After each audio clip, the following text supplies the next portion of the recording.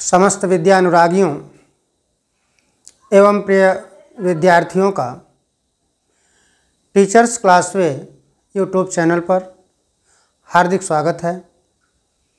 आज हम लोग कक्षा 9 संस्कृत पद्य पीयूषम षष्ठ पाठ क्रिया कारक कुतूहलम के श्लोकों का अध्ययन करेंगे।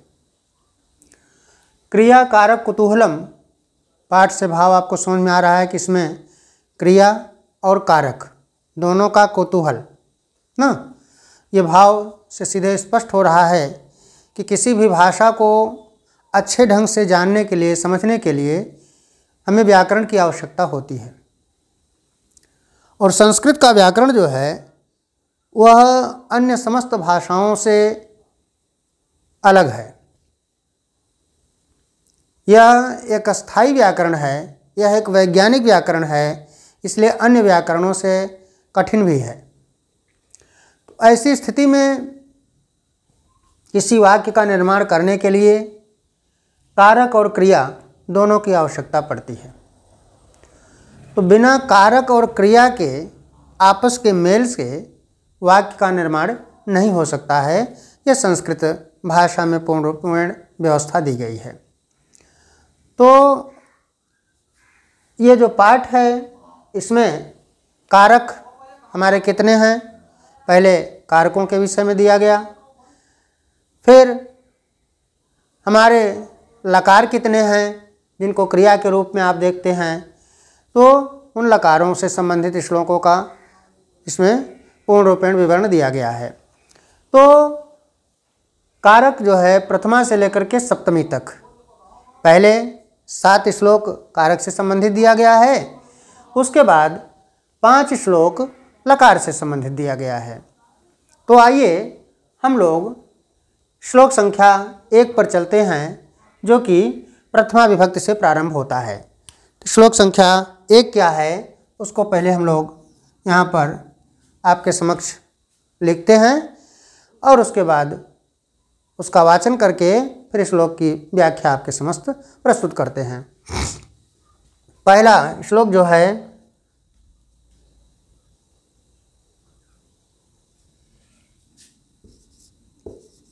उद्यमः साहसं धैर्यं बुद्धि शक्ति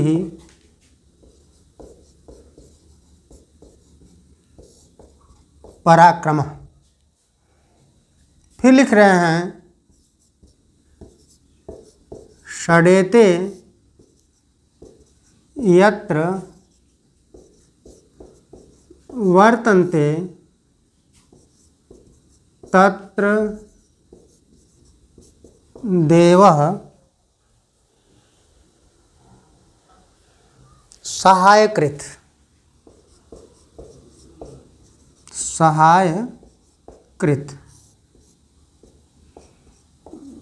ये आपका श्लोक है। देखें इसमें जो श्लोक आपके सामने है इसको आप गायन करके सस्वर पाठ कर लें, उसके बाद हम काठिन्य निवारण करके श्लोक का आपको अर्थ स्पष्ट करते हैं। उद्यमः साहसं धैर्यं बुद्धि शक्ति पराक्रमः षडेते यत्र वर्तन्ते तत्र देवः सहायकृत। देखें एकदम सरल भाषा में हर शब्द आपके स्पष्ट हैं। उद्यमः साहसं धैर्यं बुद्धि शक्ति पराक्रमः षडेते यत्र वर्तन्ते तत्र देवः सहायकृत। पूरी बात अब यहाँ पर देखें, शब्दार्थ के माध्यम से कुछ अगर कठिन शब्द हैं जो, तो उनको हम आपके सामने रख रहे हैं। उद्यम आप समझते ही हैं, उद्यम उद्यम माने परिश्रम, मेहनत ना। साहस समझ रहे हैं, धैर्यम धैर्य, बुद्धि शक्ति पराक्रम। षड एते, एते षड ना, ये छह। षडेते का भाव है षडेते, ये छह ना। यत्र, यत्र माने इसके पहले भी आ चुका है, यत्र माने जहाँ ना। वर्तन्ते, वर्तन्ते माने रहते हैं ना। उसके बाद आ गया तत्र, तत्र माने वहाँ, वहाँ। देव, देव सहायकृत, सहायकृत माने सहायता करते हैं, सहायकृत,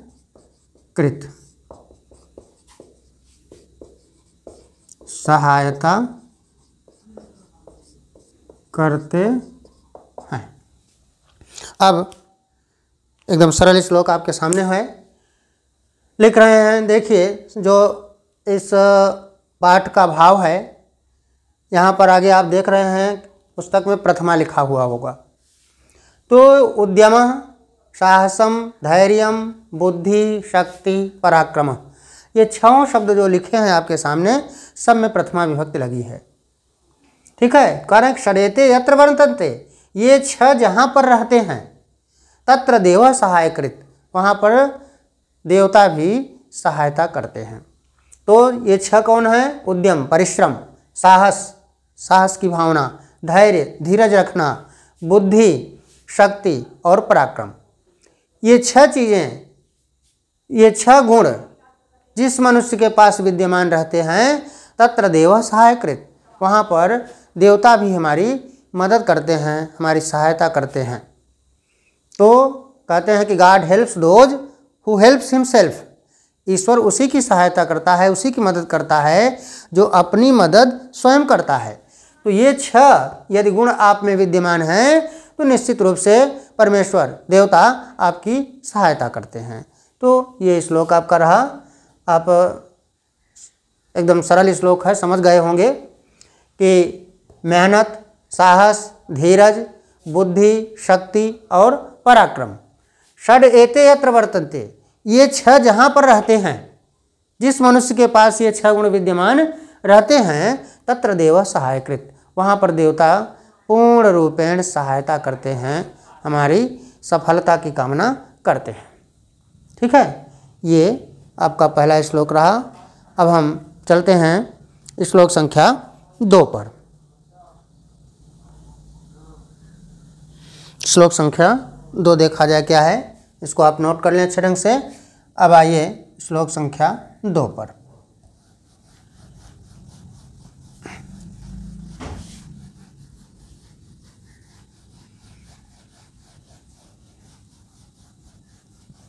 ये प्रथमा विभक्ति से संबंधित श्लोक रहा आपका। अब द्वितीया से संबंधित श्लोक देखा जाए, लिख रहे हैं श्लोक संख्या 2। विनयो वंश माख्याति, विनयो वंश माख्याति, देशमाख्याति भाषी, देशमाख्याति भाषितम, देशमाख्याति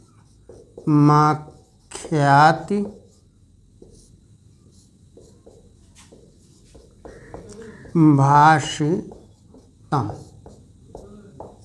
ठीक, फिर नीचे की लाइन में लिख रहे हैं संभ्रमः स्नेहमाख्याति, संभ्रमः स्नेह माख्याति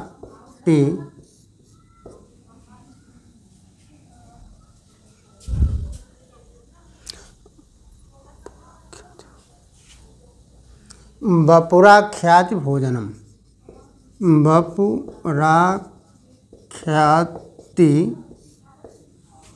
भोजनम।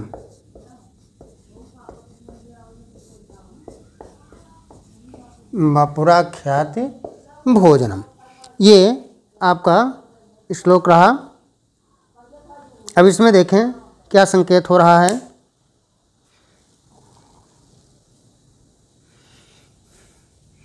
पहले इसको आप सस्वर पाठ कर लें। विनयो वंशमाख्याति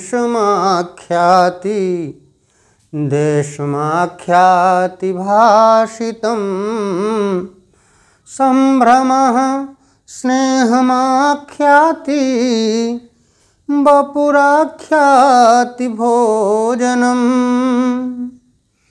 पूरा स्पष्ट श्लोक आपके सामने है। विनयो वंशमाख्याति देशमाख्याति भाषितम् संभ्रम स्नेहमाख्याति वपुराख्याति भोजनम। अब यहाँ पर देखें क्या समझाना है। लिख रहे हैं विनयो, समझते ही हैं विनम्रता, वंश, वंश को, कुल को, आख्याति, आख्याति शब्द हर एक में आ रहा है। आख्याति माने बताता है ना।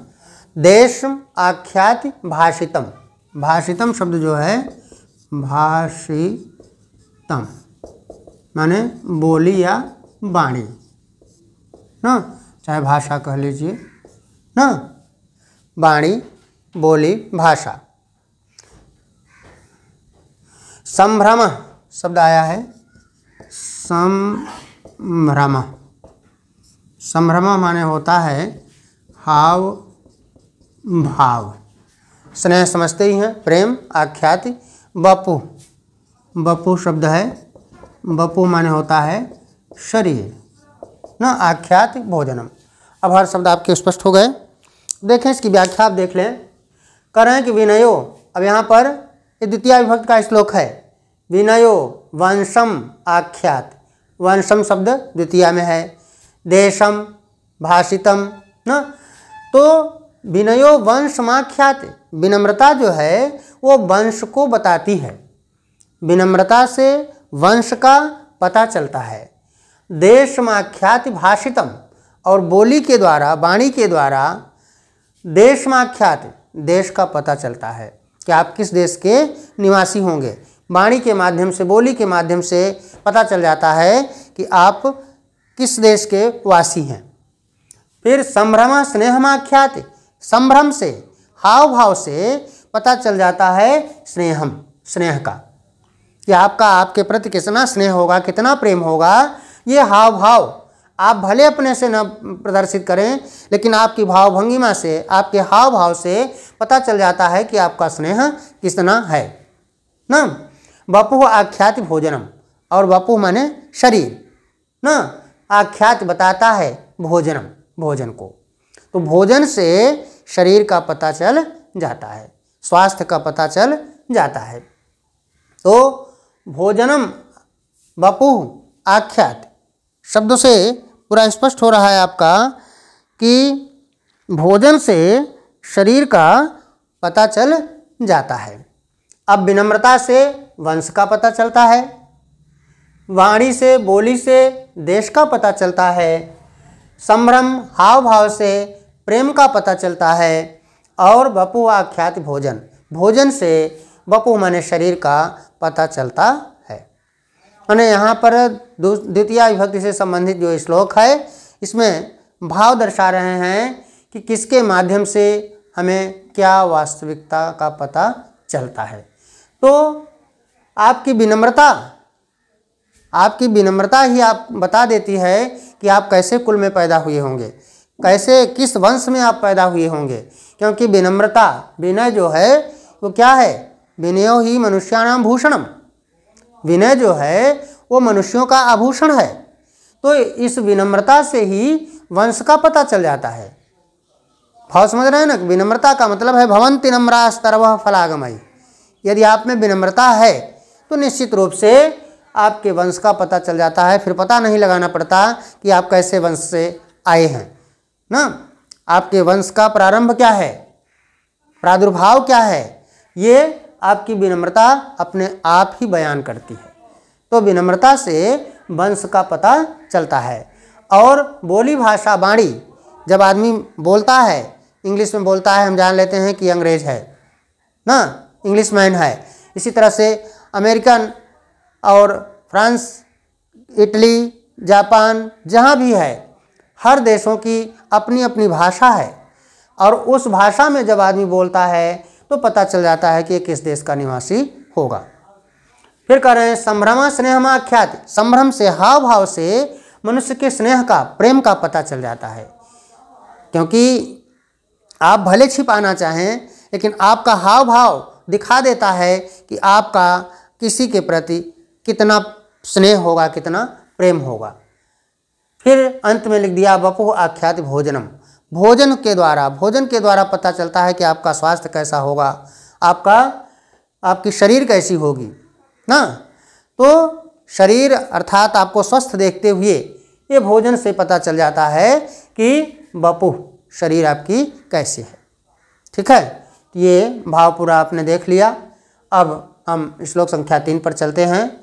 देखा जाए, श्लोक संख्या 3 का मतलब है सीधा तृतीया विभक्ति ना, ये द्वितीय विभक्ति से संबंधित श्लोक रहा।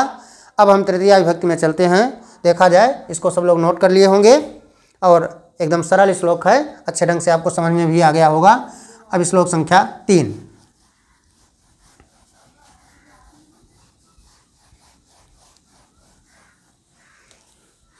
आइए देखते हैं श्लोक संख्या 3।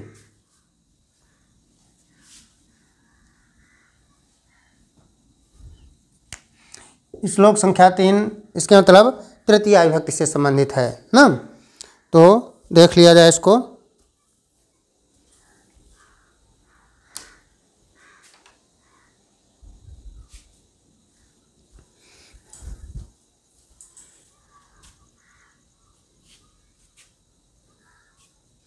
लिख रहे हैं, देखिए, मृगाः मृगैः संगमनु व्रजन्ति, मृगाः मृगैः संगमनु व्रजन्ति,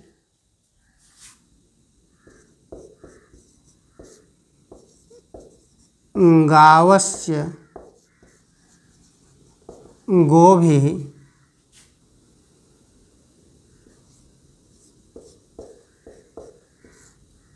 तुरगास, गावस्य गोभिः तुरगा तुरंगई। देख लें, इसमें संधि किया होगा तो संधि देख लेते हैं। गावस्य गोभिस् तुरगास तुरंगई, एक साथ में कर दिए हैं, गोभिस तुरगास ना, तो आप भी एक साथ में कर लें चाहे, गोभिस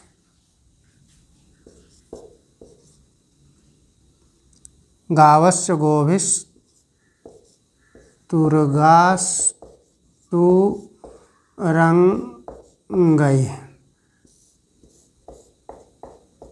ये गावस्य गोभिस तुरगास तुरंगई ना। फिर आगे लिख रहे हैं,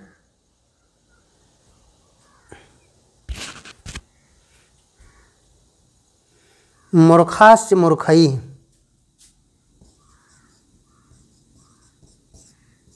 मूर्खास्य मूर्खई, मूर्खास्य मूर्खई, सुधियः सुधीभिः, सुधियः सुधीभिः,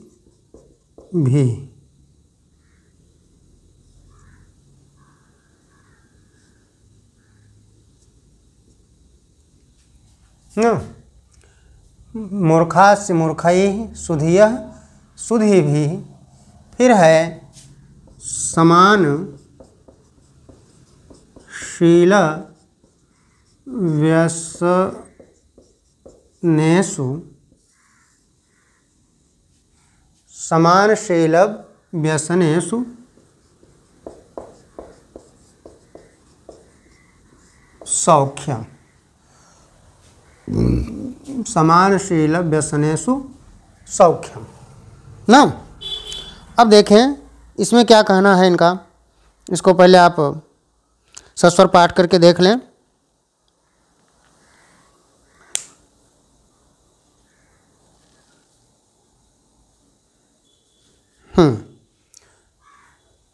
बहुत ही अच्छा श्लोक है। आप देख रहे हैं तृतीया विभक्ति से संबंधित श्लोक है। मृगई, गोभी, मूर्खई, सुधीभी ना, ये सब जितने शब्द आपको मिल रहे हैं सब तृतीया विभक्ति से संबंधित हैं। तो इस श्लोक का वाचन कर लें आप। बहुत ही अच्छा श्लोक गा करके आप कह सकते हैं।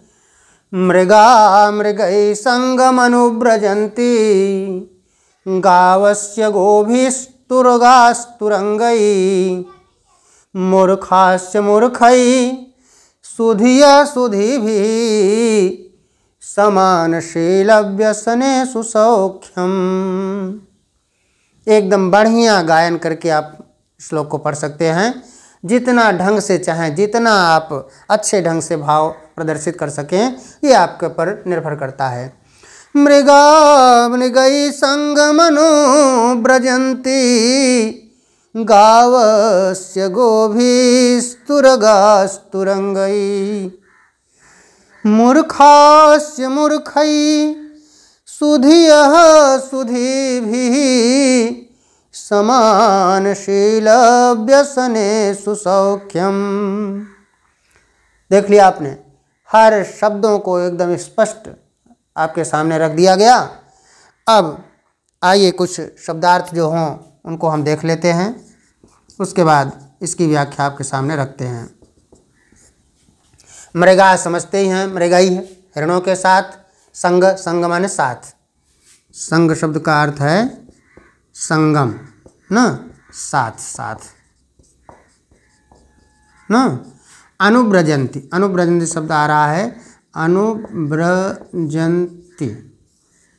ना, माने चलते हैं या विचरण करते हैं ना।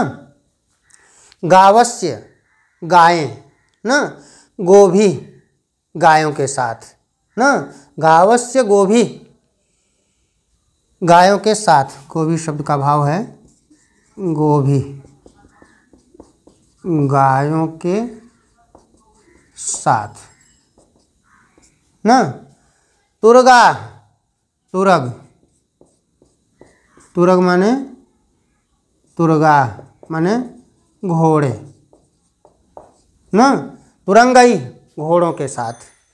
मूर्खास्य मूर्खई समझ ही रहे हैं, मूर्ख मूर्खों के साथ।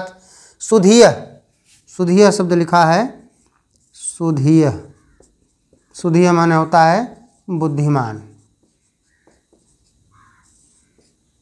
ना।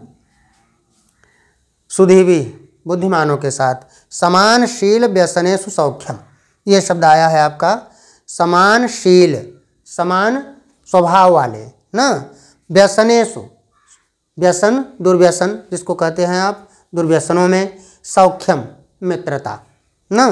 तो समानशील व्यसनेषु सौख्यम, समानशील का भाव है समानशील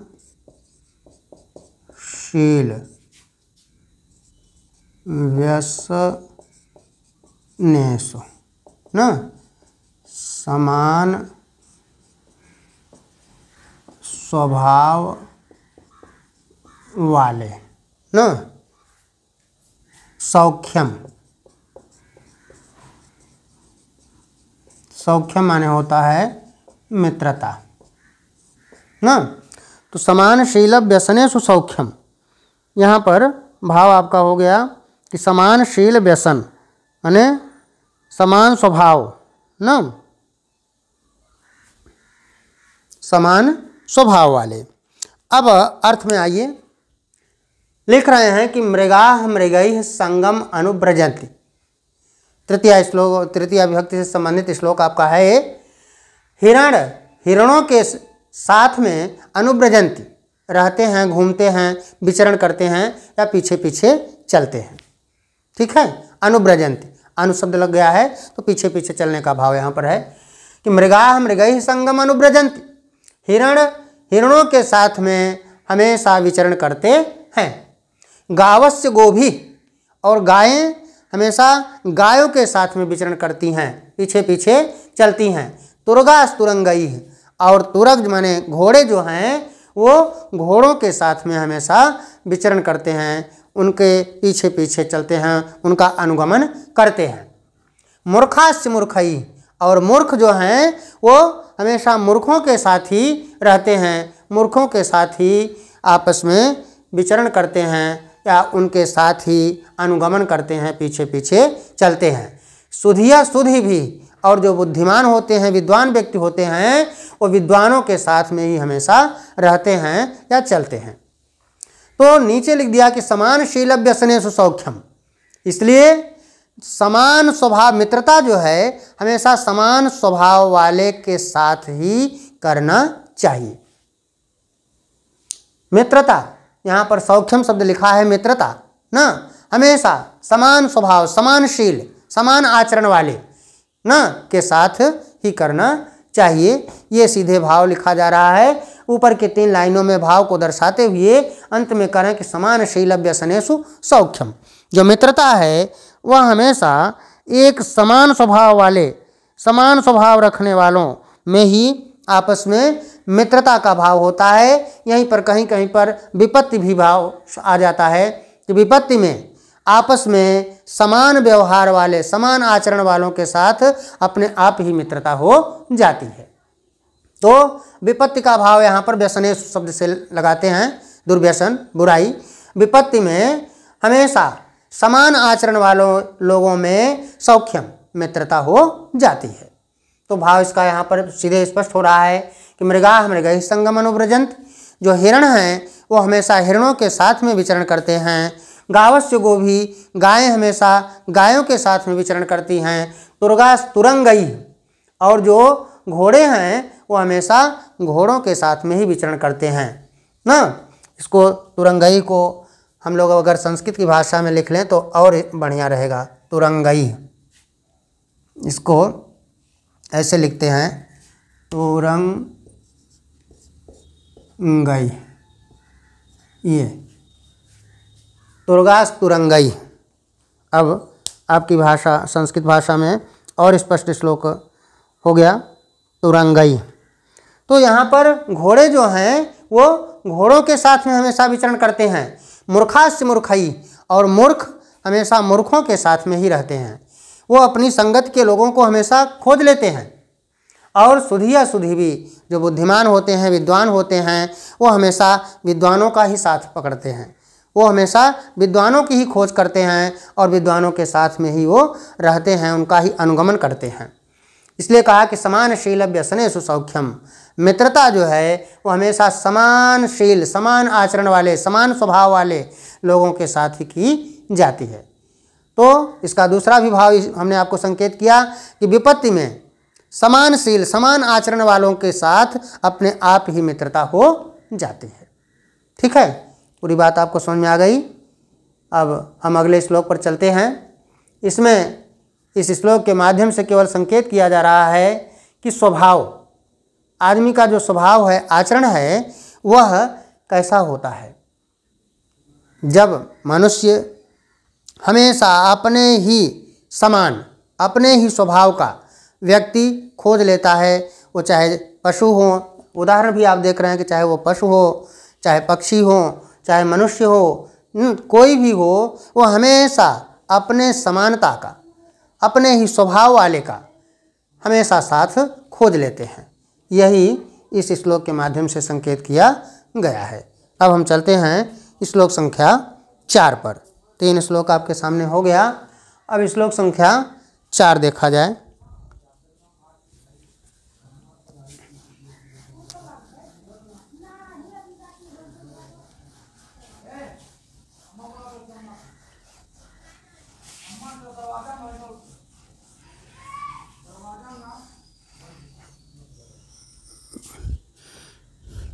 ये ऊपर हेडिंग इसमें विभक्ति परिचय लिखा हुआ है।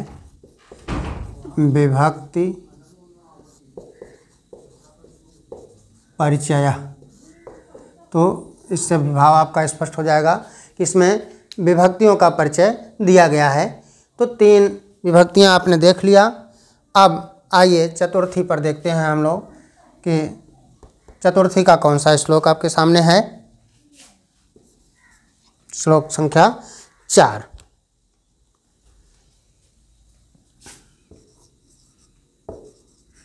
विद्या विवादाय धनम मदाय शक्ति परेशान।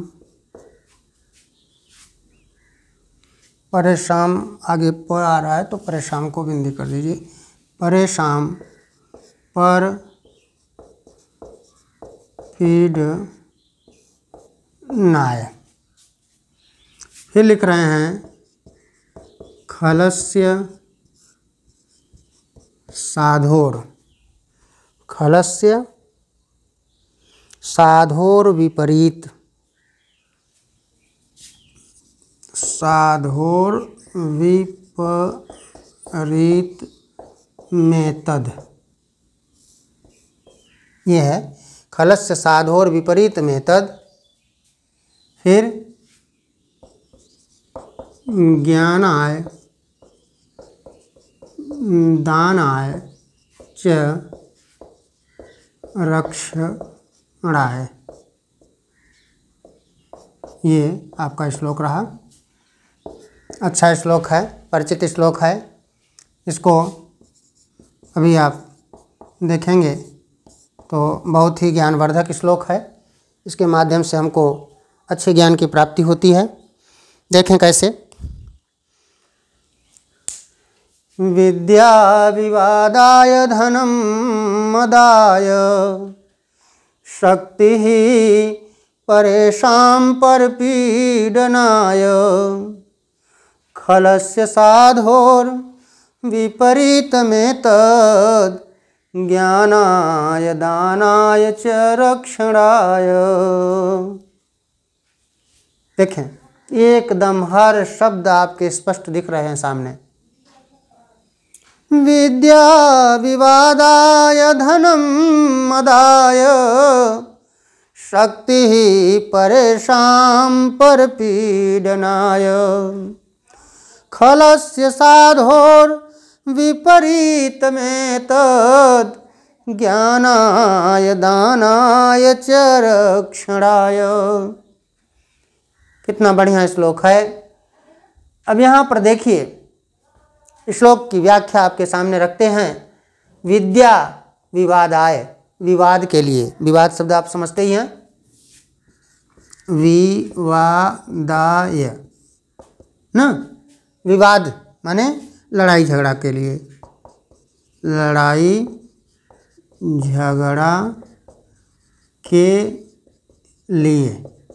लिए जो है चतुर्थी संप्रदान का भाव है। विवादाय मदाय देख रहे हैं, परपीडनाय ना, ज्ञानाय दानाय रक्षणाय, सब में चतुर्थी लगी है ना। तो ये चतुर्थी से संबंधित आपका श्लोक है। अब धनम मदाय, मदाय शब्द लिख रहे हैं। मदाय माने घमंड के लिए। घमंड के लिए ना। शक्ति परेशान माने समझते ही हैं दूसरों के परेशान ना, दूसरों के ना। परपीडनाय, परपीडनाय माने दूसरों को सताने के लिए ना। पर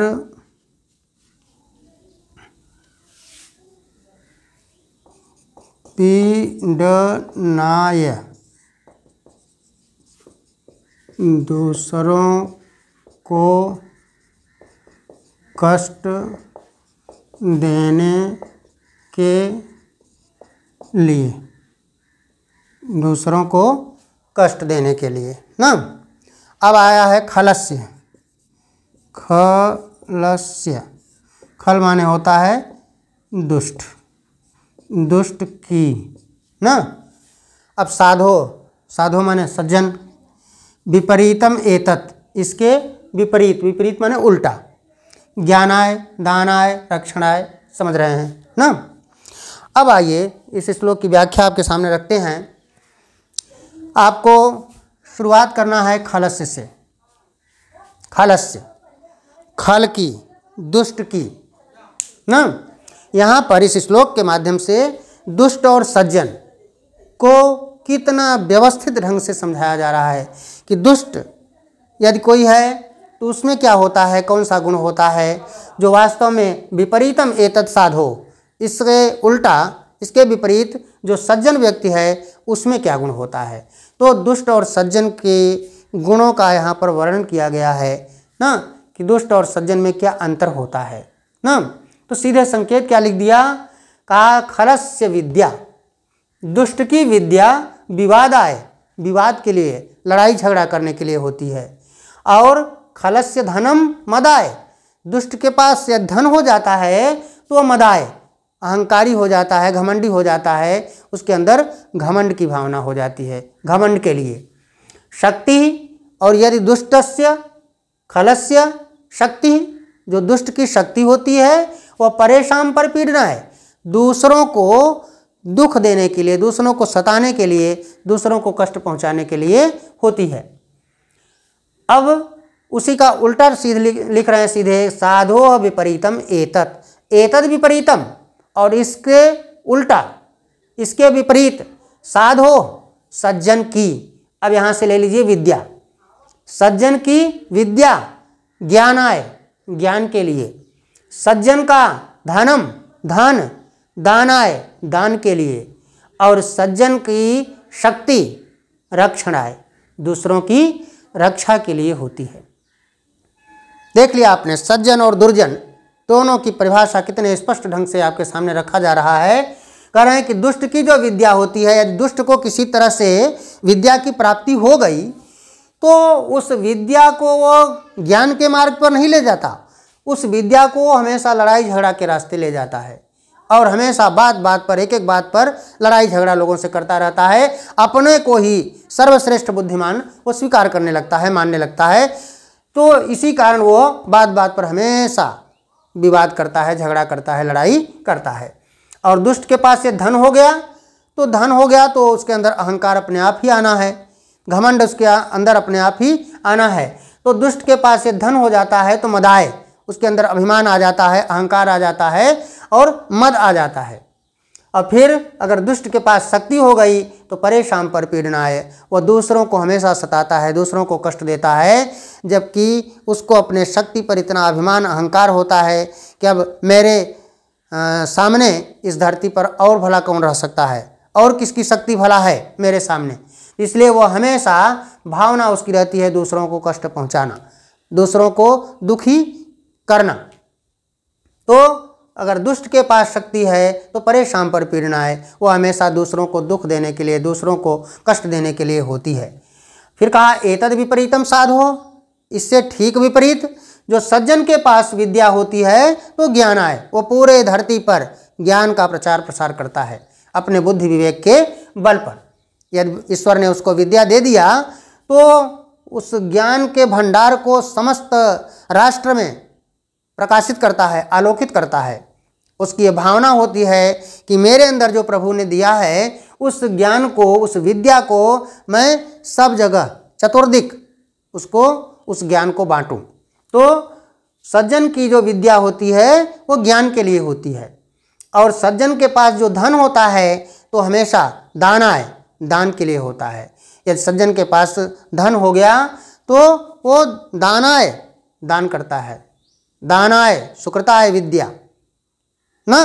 तो दान, क्योंकि ये दान से बढ़कर के कोई दुनिया में और अच्छी चीज़ है ये नहीं है, क्योंकि दान ही एक ऐसी चीज़ है जो कि मनुष्य को इस जगत से जाने के बाद पूर्ण रूपेण सहयोग करता है। दान का मतलब है धर्म। दान का सीधे भाव है कि आपके हाथ से कुछ धर्म हुआ या नहीं हुआ, तो वह चीज़ है दान। क्योंकि दानेन पाणिर न तू कंकड़ेन, हाथ की शोभा जो है वो दान से होती है, कंगन पहनने से नहीं होती है। इसलिए दान अपने आप में बहुत ही अमूल्य चीज़ है। और यदि सज्जन व्यक्ति के पास धन है तो दान आए दान के लिए, और सज्जन व्यक्ति के पास यदि शक्ति है, शक्ति उसको प्राप्त है, तो हमेशा रक्षण आए, दूसरों की रक्षा करता है। वह अहंकार बस किसी को सताता नहीं है, किसी को कष्ट नहीं पहुंचाता है, बल्कि वह अपने शक्ति के द्वारा किसी की हमेशा रक्षा करता है। तो ये सज्जन और दुर्जन दोनों में विपरीत स्थिति है। दोनों के अंदर जो अलग अलग भावना होती है, क्योंकि उसके अंदर अज्ञानता की भावना है। अज्ञानता से यदि उसको ये तीनों चीज़ें प्राप्त हो गई हैं तो निश्चित रूप से अहंकार बस उसका दुरुपयोग करेगा। और वास्तव में जो सज्जन पुरुष है, जो सभ्य पुरुष है, जो सुशील पुरुष है, वह व्यक्ति हमेशा इन चीज़ों को प्राप्त करके निश्चित रूप से समाज के उत्थान के लिए, अपने उत्थान के लिए, अपने सम्मान के लिए हमेशा वह ज्ञान, दान और रक्षा का कार्य करता है। ये चौथे श्लोक के माध्यम से, चतुर्थी विभक्ति के माध्यम से आपको पूरा संकेत किया गया। समय के अनुसार इस भाग को यहीं पर हम रोकते हैं। अब अगले भाग में जो शेष श्लोक बच रहे हैं उनको हम लोग देखेंगे, उनकी व्याख्या आपके सामने प्रस्तुत करेंगे। इसको जो चारों श्लोक इस प्रथम भाग में आपको दिया जा रहा है, इनको आप विधिवत अच्छे ढंग से तैयार कर लेंगे। पाठ बहुत ही महत्वपूर्ण है, अच्छा है। जो भी श्लोक आपको मिल रहे हैं ज्ञानवर्धक हैं, मार्गदर्शक हैं। कोई कक्षा 9 के विद्यार्थियों के लिए ही नहीं है, बल्कि जो भी सुधिया हैं, जो भी बुद्धिमान जन हैं, जो भी विद्वान लोग हैं, जो भी इन श्लोकों को अध्ययन करेंगे, पढ़ेंगे, निश्चित रूप से उनको इसका लाभ मिलेगा और उन्हें आत्मसंतोष की भावना प्राप्त होगी। इन्हीं शब्दों के साथ बहुत बहुत धन्यवाद।